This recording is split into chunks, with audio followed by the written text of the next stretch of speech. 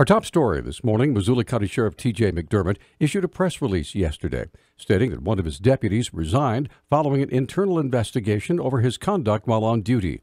McDermott detailed the allegations against former deputy John Leonard. In his position as a law enforcement officer, that deputy acted in a manner that made at least two different female individuals feel very uncomfortable and offended by repeated and unwanted contact. And this incident involved our deputy on two separate incidences, repeatedly going to their place of work, asking for phone numbers, calling or texting, and on one occasion, an allegation of touching one of those persons in an inappropriate way. After an investigation by the Department of Criminal Investigation and consulting with the Missoula County Attorney's Office, McDermott determined it would be in the best interests of the Sheriff's Office to accept Leonard's resignation immediately. We take public trust that's given to us in our position as law enforcement officers very seriously, and we're not going to allow anybody to violate that public trust, and if they do, there's no place for them at the Sheriff's Office. McDermott thanked the DCI for its help in the investigation. For over 2 hours yesterday, Missoula County commissioners listened to their department heads detail the impact of state and federal budget cuts to the services they offer. Director of the Missoula City County Health Department, Ellen Leahy, detailed cuts to some programs of as much as 77%. We are expecting a 77% decrease in eligible children. In 2017, we served 533 babies and children, and of course their families, for about 4,000 visits. With a 77% reduction, we think we can serve 176. Chantel Gaynor with Relationship Violence Services shared a chilling story about what happens when there's a breakdown in services. A grandmother at Kalispell wanted to pick up her grandchild for a visit. After bringing the child to her home, the young mother's estranged husband was waiting. Grandma assured her that everything was going to go fine. And when she took baby over, he was there laying in wait and killed her and her older teenage daughter. If Kalispell had had supervised visitation, they could have had a safe exchange. She could have dropped off baby, grandma could have seen baby, but instead, his defense cost over $1 million because it was a death penalty case. Also testifying was Gary Evans, assistant commander of the Missoula County Detention Center, who said there are tragic stories every day at the jail. Just today alone, we have had tragedies where there are people trying to take their own life, where we send to Warm Springs, and when they're back 20 minutes, they're trying to take their life again. And all of those people have families.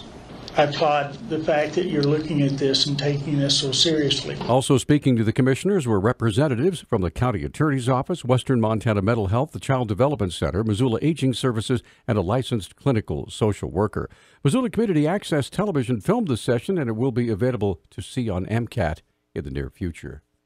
A 51-year-old Billings man has pleaded guilty to firing a gun at a car last summer, hitting a woman in the head.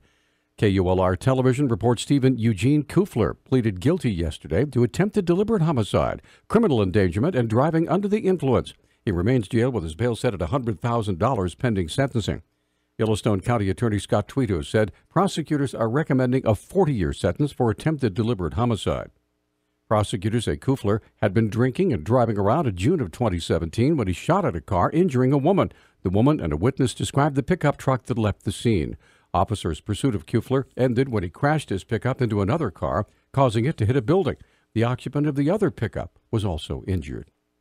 A new omnibus bill is working its way through Congress. It includes changes to forest management that have been pushed by Montana's congressional delegation.